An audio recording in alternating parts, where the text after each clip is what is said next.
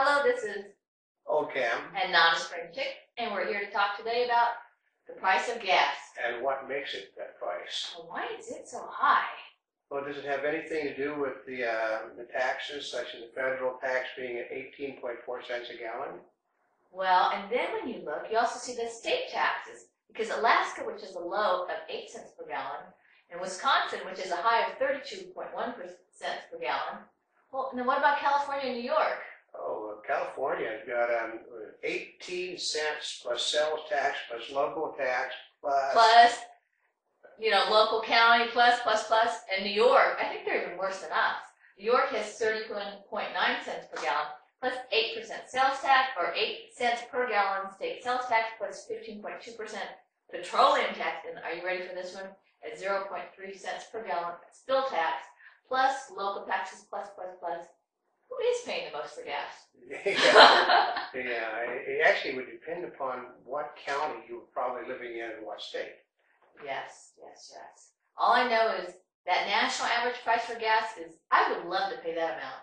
Yeah, there's nobody in the country that's actually seen that gas that low. In order to get to the national average, you have to have gas that is actually lower than the average, and nobody's selling it for that low. Maybe they have it in Alaska. They have a low state tax, Yeah, or low tax per gallon. Well, all I know is that we refine gas in California, and it costs us more money by the refineries than it does away from the refineries. Now, isn't that the funny part? Is right by Chevron, like right there around the corner, right? Almost part of the refinery.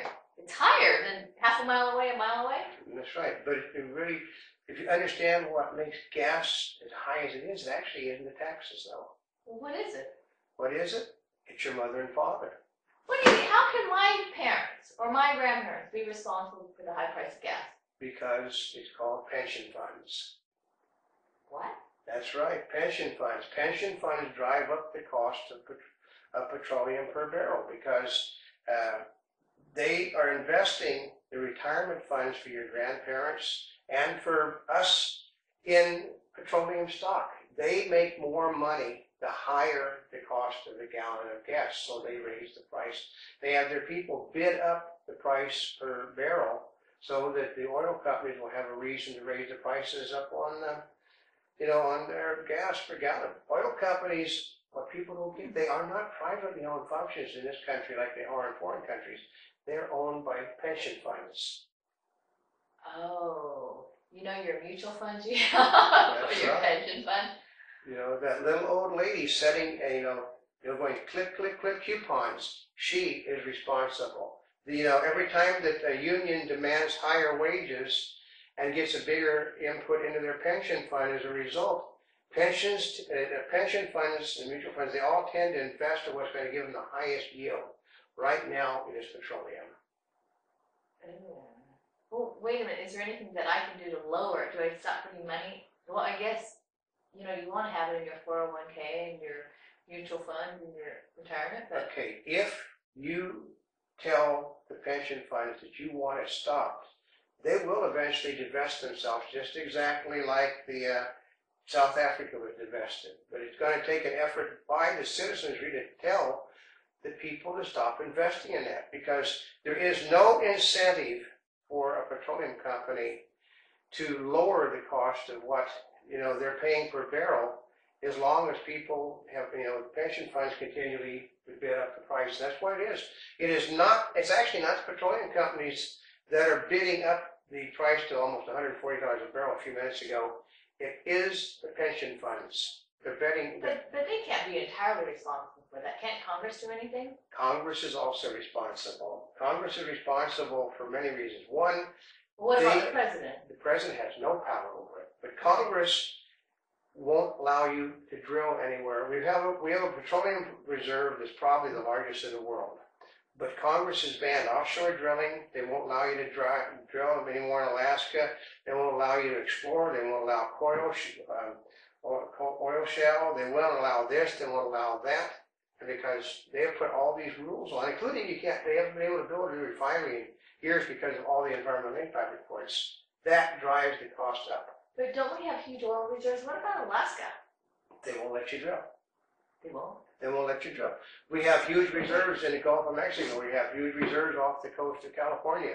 Off the East Coast, Congress will not allow you to drill to get that. Because years ago, the Saudis said that what we want to do is we want to teach Americans responsibility. So they raised the price. Congress had this idea they can teach Americans responsibility by driving the cost of oil so high that no one can afford to drive. Well, then what good does that do? Well, the rule of thumb for people that are environmentalists is if you can't make them change the habit voluntarily, force them to change it. They don't care the damage it causes because unfortunately Congress works under the rule of unintended consequences. If they starve people to make ethanol, that's not their fault. It's yours. Well, wait a minute. What about all these alternative fuels? Will that help?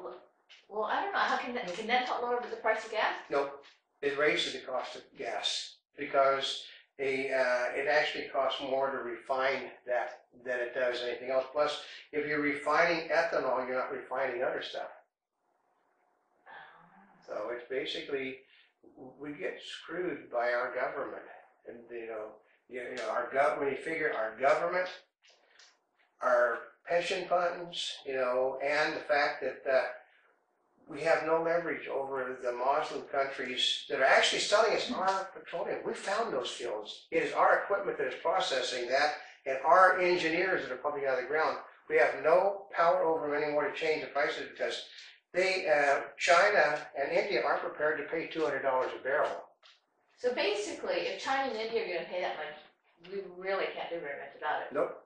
We can't do it. We basically have to learn to live with it. Because in your case, it's going to be walking soon because you. I know, that's why I have my exercise outfit. You have an economical SUV, don't you?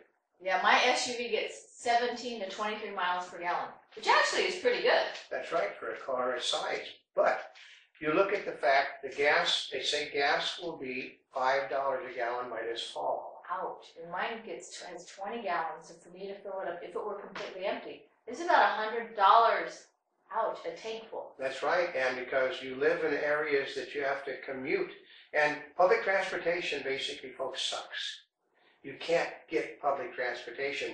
I mean, in a marina, for instance, in some areas you're 10 blocks away from the nearest bus stop. Well, and part of this is, it may depend on where you live, because there's some areas like in the Bay Area where it's pretty good. Yeah. But okay. Here in Southern California, for most of the spots, unless you live along the metro place, I mean, good luck, because getting to downtown LA, takes you 20 minutes when there's no traffic to get there. Yeah. But otherwise, it'll take you 2 to 3 hours, maybe, or That's more, right. via public transportation. That's right, son. People nowadays, okay, Al Gore wants people to move back into the cities because that will help reduce the use of petroleum products because people will be able to walk to work. I mean, he doesn't even consider bicycling to work. He wants people walking to work. Which means, but that will cause not only having a changed lifestyle, it will also cause unbelievable construction projects that nobody can afford. It's an environmental nightmare. So basically, I guess they didn't think about that. Rule of unintended consequences. But we'll have to do more about this on another day, I think, because we're running out of time. So we'll find out more information about why gas is so high. But for now, this is Old Cam. And not a spring chick on why the price of gas is so high.